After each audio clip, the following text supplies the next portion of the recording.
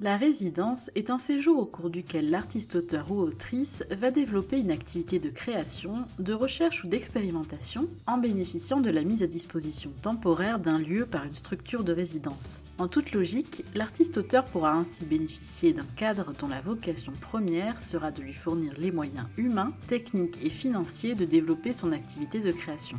Selon une circulaire de 2006, on distingue trois types de résidences. La résidence de création ou d'expérimentation, qui contribue à donner à un artiste les conditions techniques et financières pour concevoir, écrire, achever, produire une œuvre nouvelle. La résidence de diffusion territoriale, qui s'inscrit dans une stratégie de développement local avec un objectif de sensibiliser un territoire au domaine artistique auquel se rattache l'activité de l'artiste-auteur accueilli. Cette forme de résidence est largement développée dans le cadre de la politique de généralisation de l'éducation artistique et culturelle. Enfin, la résidence association, qui correspond à la présence d'un artiste-auteur dans un établissement culturel sur une durée beaucoup plus longue avec une mission de création, de diffusion et de sensibilisation.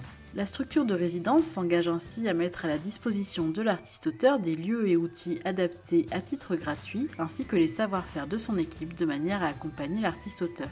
Il lui incombe également de mettre en visibilité durant son séjour l'artiste-auteur accueilli.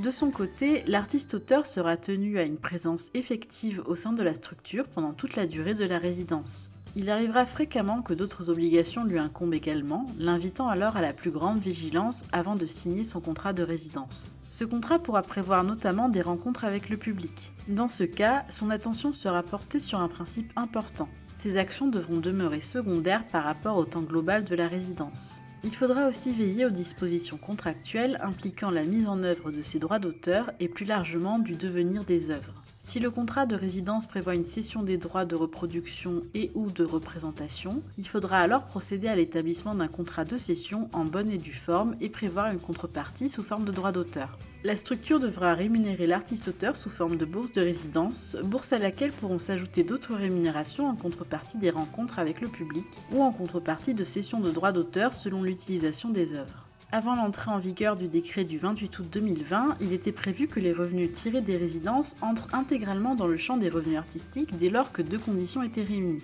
D'une part, le temps consacré à la création devait être supérieur ou égal à 70% du temps total de la résidence. D'autre part, un contrat devait prévoir l'ensemble des activités réalisées par l'artiste-auteur et indiquer pour chacune le temps consacré. À défaut, ces revenus ne pouvaient être assujettis en tant que revenus artistiques et étaient susceptibles d'être requalifiés. Depuis le décret du 28 août 2020, l'article R 382.1.1 du Code de la sécurité sociale prévoit que les résidences de conception ou de production d'œuvres, dans les conditions fixées par arrêté ministériel, constituent des revenus artistiques principaux soumis aux cotisations du régime artiste-auteur. Or, ces nouvelles conditions ne sont toujours pas connues à l'heure actuelle. Nous invitons donc les artistes-auteurs et autrices à être attentifs aux futures réformes, puisque ces règles guideront les prochains usages en matière de résidence.